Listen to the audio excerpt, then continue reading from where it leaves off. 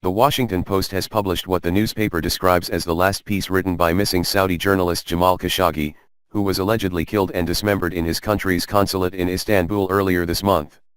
In a note at the top of the column, published late Wednesday, Post Global Opinions editor Karen Atiyah wrote that she held off publishing it because we hoped Jamal would come back to us.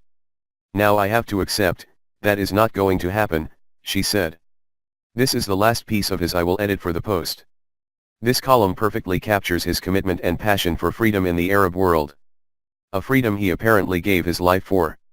In the piece, Khashoggi bemoaned the lack of free expression in the Arab world, leaving the majority of its population unable to adequately address, much less publicly discuss, matters that affect the region and their day-to-day lives. He contrasted the current situation with the sentiment felt by many during the Arab Spring, when they hoped to be emancipated from the hegemony of their governments and the consistent interventions and censorship of information, only to have those expectations dashed as revolutions both peaceful and violent failed or were crushed by outside intervention. One of the biggest players in pushing back against the tide or Arab populist revolt was the Saudi regime itself, which sent tanks into Bahrain, embraced tottering dictators, and stamped down on any signs of dissent at home. Some observers had seen in Saudi Crown Prince Mohammed bin Salman, known as MBs, an alternative avenue to reform in the kingdom. New York Times writer Tom Friedman, who this week was forced to defend his previous cheerleading of MBs, wrote in November last year that the kingdom was going through its own Arab Spring, Saudi style. Khashoggi, who was allegedly killed by members of the Crown Prince's inner circle, had a more measured view of his country's de facto ruler. In a column from September last year, one of several that allegedly angered Riyadh and made it impossible for Khashoggi to return to Saudi Arabia, he wrote that MBs had promised an embrace of social and economic reform, but instead pursued a crackdown on dissent. He spoke of making our country more open and tolerant and promised that he would address the things that hold back our progress, such as the ban on women driving, Khashoggi said. But all I see now is the recent wave of arrests.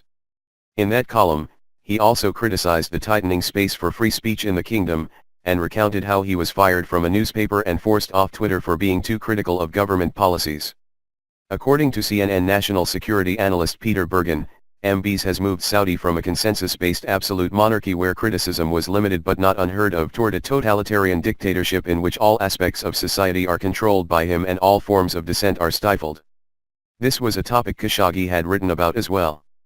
As a member of the Saudi elite and former advisor to the royal family who was still influential inside the kingdom, Khashoggi was becoming more and more of a rarity under MBs, and his criticisms may have stung more than those of a regular, unconnected dissident, and sparked a more extreme reaction.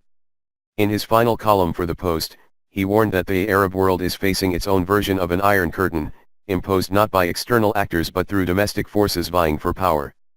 Khashoggi's answer to the paucity of adversarial media in Arab countries is to fund and promote a transnational media organization. We suffer from poverty, mismanagement, and poor education, Khashoggi said. Through the creation of an independent international forum, isolated from the influence of nationalist governments spreading hate through propaganda, ordinary people in the Arab world would be able to address the structural problems their societies face.